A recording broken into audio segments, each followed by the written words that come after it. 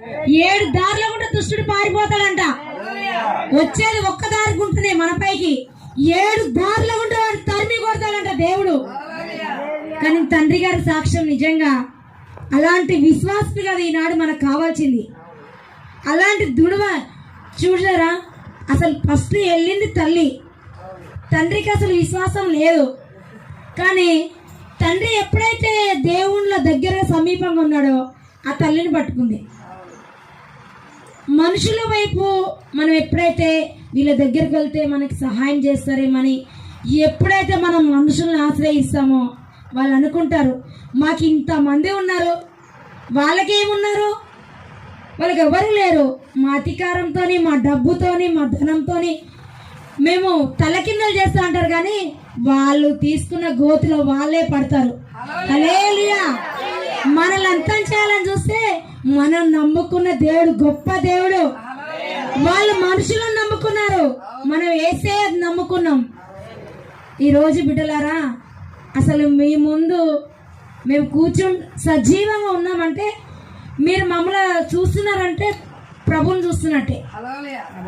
మీరేమో మా రూపాన్ని చూస్తున్నారు, కానీ ప్రభునే మీరు మమ్మల్ని చూస్తున్నట్టు. ఆ ప్రభు ఉన్నాడు కాబట్టి ఈరోజు సజీవంగా మమ్మల్ని ఇక్కడ కూర్చోబెట్టాడు. ఎందుకంటే ఈ ఆరాధన ఇది చేయించుకోవడం కోసము ఆయన ఎలాంటి పరిస్థితి నుంచి అయినా, ఎలాంటి మరణం నుంచి కూడా తప్పించి దేవుడు ఈనాడు మమ్మల్ని సజీవంగా ఇక్కడ నిలబెట్టాడు. హల్లెలూయా, హల్లెలూయా. మరి ఆయనకి మనము పనికిరాని వారంగా మనం ఉన్నామనుకో ఎప్పుడో మనం మరణించే వాళ్ళం.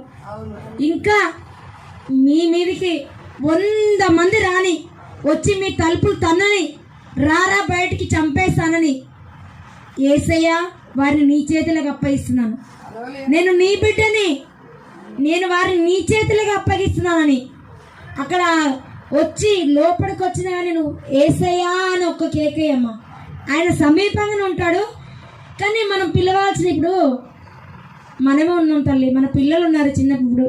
మీరు చాలా అనుభవస్తులు, నాకేం అనుభవం లేదు, జ్ఞానం ఏమి లేనిదాన్ని. మీ అనుభవం అంత వయసు కూడా నాకు లేదు.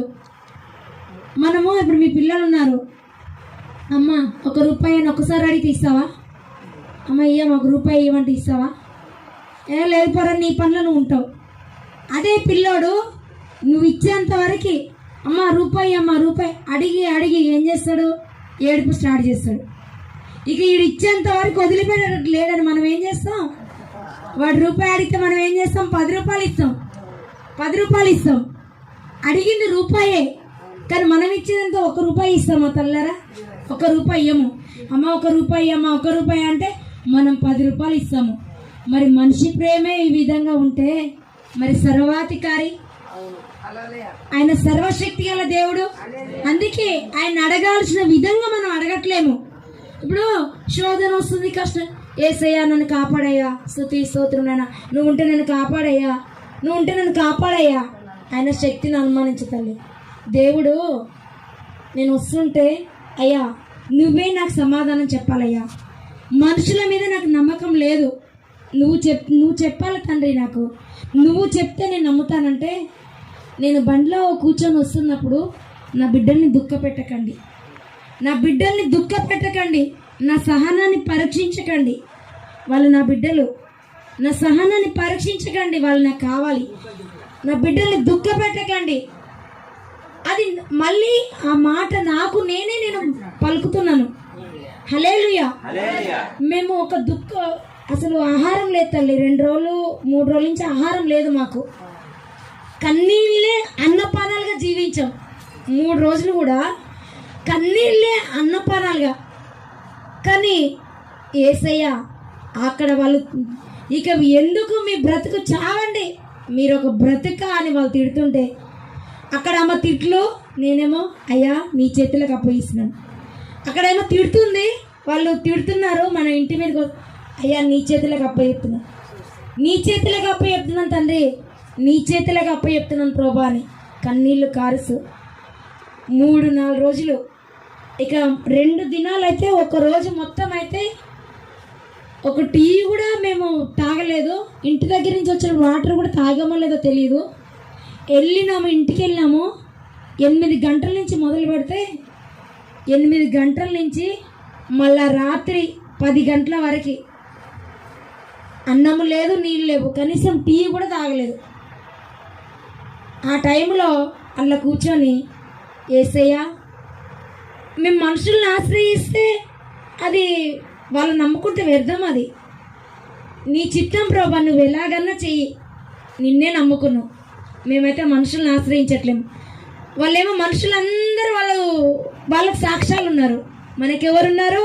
నేను నమ్ముకున్న దేవుడే నాకు సాక్ష్యం ఉన్నారు. నమ్ముకున్న దేవుడే సాక్ష్యం ఉన్నారు. వాళ్ళన్నీ చేసి కూడా మనల్ని హింసిస్తున్నారు, ఇంకా మనల్నే తప్పులు పెట్టాలని చూస్తున్నారు. కానీ ఆ టైంలో నేను నేర్చుకుంటే ఒకటే మాట అన్నా, తండ్రి ఇక్కడికి వచ్చేటప్పుడు అయ్యా మనుషుల మీద నాకు వాళ్ళు అన్నారు మేము ఉన్నామమ్మా, మేము చూసుకుంటామంటే నాకు నమ్మకం లేదు వారి మీద. ఈరోజు మనకెళ్ళి అంటారు, వాళ్ళు రేపు అటే తిరుగుతారు. నాకు ఒకటే విశ్వాసం, అయ్యా నువ్వు మాట్లాడు నాతోని, నువ్వు ఏం చేయబోతున్నావు నువ్వు మాట్లాడు నాతోని, నువ్వు మాట్లాడితే నేను నమ్ముతా. నువ్వు నాకు ఏం చెప్తావో నువ్వే చెప్పు నాకు అనంటే, దేవుని వాగ్దానం కూడా నేను నీకు తోడై ఉన్నాను, నేనే నీకు తోడై ఉన్నాను, అదే వాగ్దానం నాకు వచ్చింది అన్నాడు. కానీ ఎంత గొప్ప దేవుడమ్మా. కానీ ఆయన దుఃఖాన్ని కొట్టివేసి రాత్రి మేము అదే బలహీనతతోని 2 రోజులు 3 రోజులు ఇక్కడి నుంచి వెళ్ళేటప్పుడు కూడా స్నానం చేసుకొని వెళ్ళే తల్లి. వారం రోజులు స్నానం చేయక, కడుపు నిండా అన్నం లేదు, కంటి నిండా నిద్ర లేదు. ఆ దుఃఖము, ఆ కన్నీళ్ళు, ఆ వేదన అలానే భరిస్తున్నాగానే, కానీ మనం ఆయన చేసిన మేలు చెప్పుకుంటూ ఉండలేము. మనం చెప్పాలి, మనం చేసిన మేలు కూడా చెప్పాలి. మరణ స్థాయిలోకి వెళ్ళిన మమ్ముల దేవుడు ఎంత గొప్ప దేవుడు తల్లి, ఎంత గొప్ప దేవుడు అంటే నిజంగా ఏది జరిగినా నీకే మహిమ తండ్రి, ఏది జరిగినా నీకే మహిమ తండ్రి. నీకు అవమానకరంగా అది ఎవ్వరున్నా తండ్రి వాళ్ళని తొలగించి ప్రోబాని. నా అనుకున్న వారే, మన అనుకున్న వారే, వాళ్ళే మనకి ద్రోహం చేశారు. ఎవరైతే నేను దేవుని కన్నా ఎక్కువ ప్రేమించినానో వాళ్ళే మనకు శత్రువులు అయినప్పుడు కూడా మీరు ఎందుకంటే ఈ శోధన, ఎందుకంటే ఈ సేవకి ఆటంకంగా దుష్టులు ప్రయోగం చేస్తున్నాడు. ముఖ్యంగా తల్లి వారు మా నుంచి వాళ్ళు చేసేది ఏంటంటే, ఇంత గొప్పగా ఇంత విధంగా వీళ్ళు ఇంతగా వీళ్ళకి దేవుడు అంచెలంచెలు నిలబెడుతున్నాడు వీళ్ళని.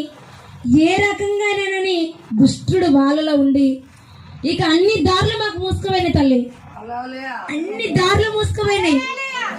ఇక ఎవరికి చెప్పుకునే అవకాశం కూడా లేదు మాకు. ఆ టైంలో ప్రోవా ఏ మనుషుల్ని పట్టుకొని మనము బయటికి రావడం కాదు, నువ్వే మాకు తోడై ఉన్నావు, నువ్వు ఏదన్నా చేయని దేవుణ్ణి అడిగినప్పుడు దేవుడు నిన్నటి దినంలో నాకు నా సహనాన్ని పరీక్షించకండి వాళ్ళు నా బిడ్డలు, నా సహనాన్ని పరీక్షించకండి వాళ్ళు నా బిడ్డలు, వారిని దుఃఖపెట్టకండి అని నాకు నేనే మాట్లాడుకుంటున్నాను. దేవుడు చూసారా తల్లి, నాకు నేనే మాట్లాడుకుంటున్నాను. ఎంత గొప్ప దేవుడమ్మా నిజంగా. కానీ నాకు చాలా ధైర్యం వచ్చింది తల్లి.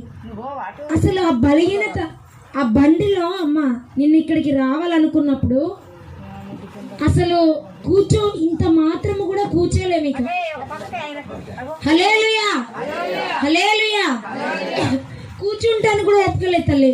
అంటే అన్నం లేదు, నీళ్లు లేవు, ఇక కన్నీళ్ళు కూడా రావట్లేవు. కారుద్దామన్నా కన్నీళ్ళు కూడా మా ఒంట్లో అయిపోయినాయి. నా భర్తకి నాకు ఏడవడానికి కన్నీళ్ళు కూడా రావట్లేదు. ఇక కొద్దిసేపు ఒక్క పావు గంట అలా మంచంలో వచ్చి అలా పడుకున్నప్పుడు ఈ చిట్టుకి ఈ చెయ్యి కూడా కదిలేయలేనంత బలహీనత వచ్చేసింది. ఈ చెయ్యి కూడా తీసి అటు ఎవరన్నా పెడితే బాగుంటుందని ఆ స్థితిలో ఉన్నప్పుడు మరి ఇక్కడ ఆరాధన జరగాలి. యేసయ్యా నేను ఏం చేయాలి ప్రభా, ఇంత బలహీనత ఉండి ఇవన్నీ దుఃఖదే ఏంటి ప్రభా, అసలు ఏంటి నేను ఈ శోధన ఇవన్నీ ఏంటి ప్రభా అని అంటే, ఒక బిడ్డ మనకి విశ్వాసుడు, అమ్మా మనం ఎన్ని శోధనలు వస్తే అంత ధన్యులం, ఇంకా మనకి ప్రార్థన చేసుకోవడానికి వాళ్ళు మనకి మంచి అవకాశం ఇస్తున్నారు, ఇంకా మనకే మంచిదమ్మా, నువ్వేం చేయమాకు, అని అన్నప్పుడు ఇక అనేది ఇక కొద్దిగా ఒక 10 నిమిషాలు అలా పడుకుంటే ఇల్లంతా అందరు వచ్చి తొక్కేసి అదంతా అసలు ఇక నాకు ఓపిక లేదు. మళ్ళీ నేను దేవుని సన్నిధికి వెళ్ళాలని నాకు నేనే శక్తి తెచ్చుకొని, ఒక చెయ్యి గడపలేని స్థితిలో కూడా నాకు నేనే శక్తి తెచ్చుకొని ఆ ఇల్లు అలానే ఆ దుఃఖంతోనే ఇల్లు ఆ కన్నీటితోనే ఇల్లంతా ఊడ్చేసి స్నానం చేసుకోవడానికి కూడా ఇంకా టైం లేదు మాకు. ఇంకా అయినప్పుడు కూడా ఈ రూమ్ ఊడ్చేసేయాలనేసి ఆ పాసంతా ఊడ్చేసి తర్వాత అక్కడికి వెళ్ళక ముందుకు ఇల్లు ఊడ్చాను. ఈయన పిలుస్తూ ఉన్నాడు, రా రా అని పిలుస్తూ ఉన్నాడు. నాకేమో ప్రార్థన చేసుకొని వెళ్ళాలని నాకు దేవుడు ప్రేరేపిస్తున్నాడు. సరే ఒక నిమిషం అయినా సరే నేను ప్రార్థన చేసుకున్నానని ఒక నిమిషం ఆడ నించొని ఆ ఇంటి ముందు నించొని ప్రార్థన చేసుకుంటుంటే ఇక ఈయన ఏమన్నాడంటే ఫస్ట్ నన్ను రమ్మంటున్నారు, నువ్వు అంటే ఇక్కడే ఉండంటే దేవా ఇంకా కొంచెం నాకు సమయం వచ్చిందని రూములోకి వెళ్ళి నేను ఇంకా ఒక 15 గంట సేపు నాకు సమయం వచ్చింది. దేవుడు ప్రార్థన చేసుకొని, అయ్యా నువ్వే మాకు న్యాయం చేయాలి, నువ్వు తప్ప మాకు దిక్కు ఎవరు లేరయ్యా, నువ్వే మాకు ఆధారం, నువ్వే మమ్మల్ని ఆదరించే దేవుడు, నువ్వే మా దిక్కు అన్నప్పుడు దేవుడు వాళ్ళు మీరు వెళ్ళి రండి మీ సేవ మీరు నడిపించుకోండి అని దేవుడు వాళ్ళతోనే పలికించినాడు. వాళ్ళతోనే వాళ్ళు మాట్లాడినారు మీరు వెళ్ళండి అని. ఒక్కరోజు మనం టైం అడిగితే వారం రోజులు దేవుడు టైం ఇచ్చినాడు ఆయన స్తుతించడానికి. వారం రోజులు అసలు ఈ రోజు నిన్నటి దినాన్ని మేము ఈ రోజు దినాన్ని ఇక్కడ ఉండేవాళ్ళం కాదు. దుష్టుడు అసలు మన సజీవంగా రాకుండా లైఫ్ లాంగ్ బయటికి రాకుండా చేసేది.